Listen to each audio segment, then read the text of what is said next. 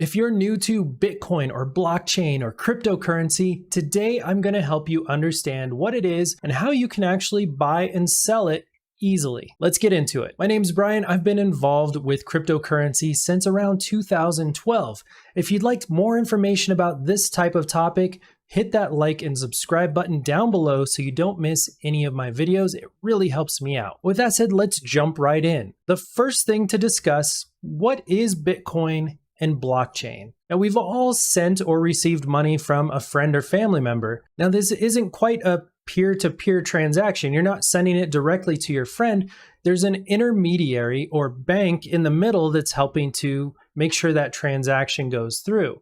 This has some caveats with it. If you want to send money to somebody in another country, there may be restrictions and you're unable to do so. There might even be big time delays. It might take 2 or 3 days to send money to somebody on the other side of the planet. With blockchain and cryptocurrency, it works a little bit different than that. This is actually peer-to-peer money. So when I get somebody else's wallet address and I send my friend $10, it goes directly to that person. There's no time delay. There's no intermediary. It's truly a trustless, frictionless system with no centralized government or entity in the middle of it. So then that probably confused you a little bit more than it helped answer any questions. How does this even exist? Well, the story goes that this guy, Satoshi Nakamoto, which might actually be a group of people, started Bitcoin back in 2008. And there were a bunch of cryptographers and they put together this idea for a decentralized currency.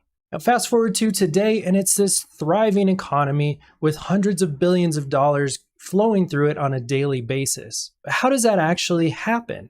Anyone in the world can sign up for a Bitcoin wallet address. Bitcoin wallet addresses are free. They're given out to everybody. There's no centralized entity that prevents you from getting one. Once you have a Bitcoin address, you can send and receive Bitcoin to anyone else with another wallet address. So let's take that example again, and we'll say we're sending one of my friend's wallet addresses $10 of Bitcoin. Instead of that going to a bank in the middle that handles the transaction, what ends up happening instead is a global network of computers validates that this transaction is legitimate and accurate. It gets added to what's called a block with a whole bunch of other transactions, and then that gets added to the blockchain.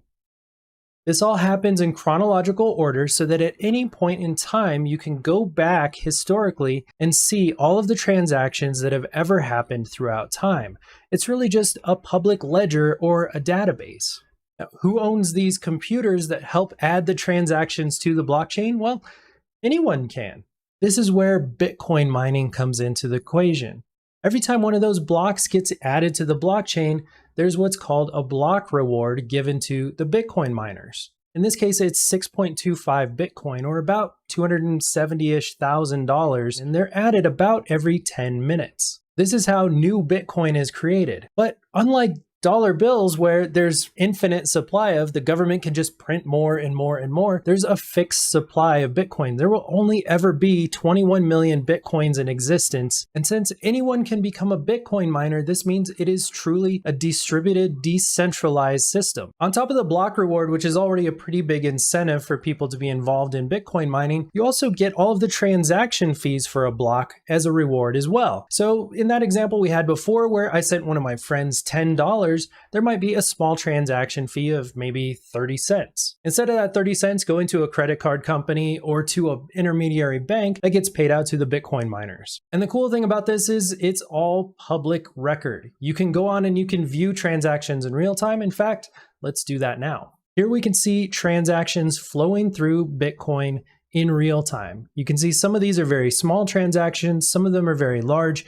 Here's one for $10,000. Here's another for $58,000. And that brings up another point. You don't have to buy an entire Bitcoin. You don't have to send and receive an entire Bitcoin. It can be broken down into any denomination and very small pieces. So then how do you get a Bitcoin wallet address? Well, there are a few different ways. You can go someplace like bitcoin.com and simply sign up and get one for free. There are also what are called cryptocurrency exchanges. These are organizations or companies that have been set up in order to help facilitate the trading and buying and selling of cryptocurrencies. One of the easiest to use, in my opinion, is Coinbase. It's a US-based company. It's actually a publicly traded company, so they've had to go through all of the financial hoops and security and everything else in order to get that designation. Another really cool thing about Coinbase is they'll actually give you your first $10 worth of Bitcoin for free just for signing up. I dropped a link down in the description below so you can get started right away. Now, there are other big name cryptocurrency exchanges you could take a look at as well, one of which is crypto.com. They've been sponsoring tons of things lately. They're pouring tons of money just to help get the word out. And because of that,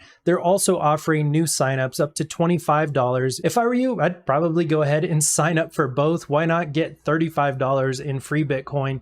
You can always add it to a single wallet later, and you can determine which platform you like best. Once you sign up with Coinbase, they go through a process called KYC, or Know Your Customer. This is just a verification so that they know who you are. They're going to ask for basic details like your name, your address, and for some form of identification like a driver's license. Once you've been approved, you can go in and you can actually link up your bank account. So it's show you how to get in there and actually get your first cryptocurrency. In this case, I'm going to go with Bitcoin just because it's simple. All you have to do is go to the trade tab on the left. You'll see Bitcoin right there at the top, and you just click on buy. It's going to ask you how much you want to buy. We'll say $50 to start with. And then this is pretty cool. You can either do a one-time purchase or you can do recurring purchases. This is a lot like buying stocks in the stock market using the method of dollar cost averaging, wherein you buy either daily, weekly, monthly, or some other set schedule so that you don't have to worry about price fluctuations. You can just sort of buy as you go. In this case, we're going to stick to a one-time purchase of $50, and it's going to ask you where you want to pay. I'm going to go ahead and choose my Chase bank account. You can preview the buy, and you can see the current price of Bitcoin is right around $42,000, and I'm going to click buy now. Successfully purchased. Let's go to our assets.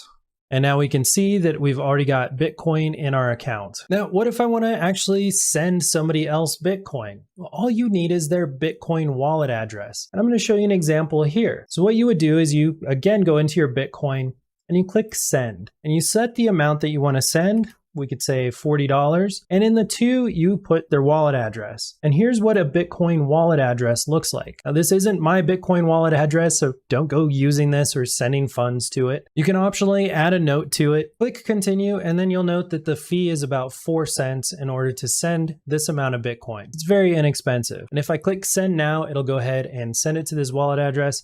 I don't know whose wallet this is, so we're not going to send that right now. Now, Bitcoin, of course, isn't the only game in town. You've probably heard of things like Ethereum or Polygon. Some of these aren't meant to be currencies. They're actually meant to be entire ecosystems for decentralized applications.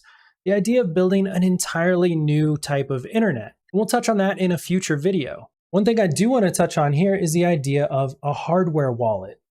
You see, normally when you have your cryptocurrency on an exchange, they have your public key and your private key. Let me explain what that means in a little bit more detail. For every Bitcoin wallet address or cryptocurrency wallet address for that matter, there's this idea of a public key and a private key. The public key is just that wallet address that's out there in the public for everybody to send and receive cryptocurrency to. But how do you access that wallet address? Well, use that with your private key. In the case of Coinbase or another cryptocurrency exchange, they hold those private keys themselves. It means that it isn't technically your wallet address that you're sending and receiving things to, it's Coinbase's. Now, there is the potential, just like there is with a bank, of Coinbase at some future date and time getting hacked or someone coming in and taking funds from your account. That's where an offline hardware wallet comes into play. This one is called the Ledger Nano X. And what this does is this has both my private keys as well as my public keys stored securely within it.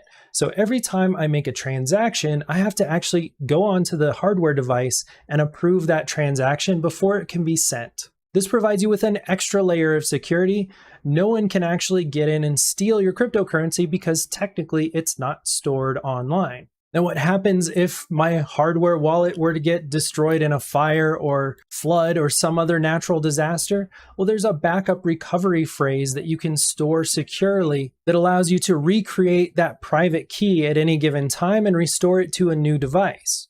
So as long as you never lose that passkey, you'll never be able to lose your wallet or your cryptocurrency. Let me know down in the comments if you'd like to hear more about hardware wallets and maybe an entire tutorial about how to set up and use one.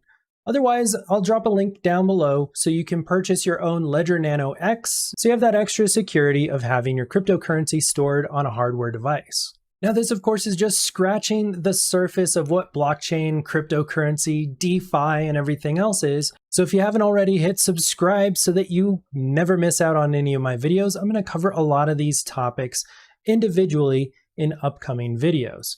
Thank you so much for stopping by. We'll see you next time.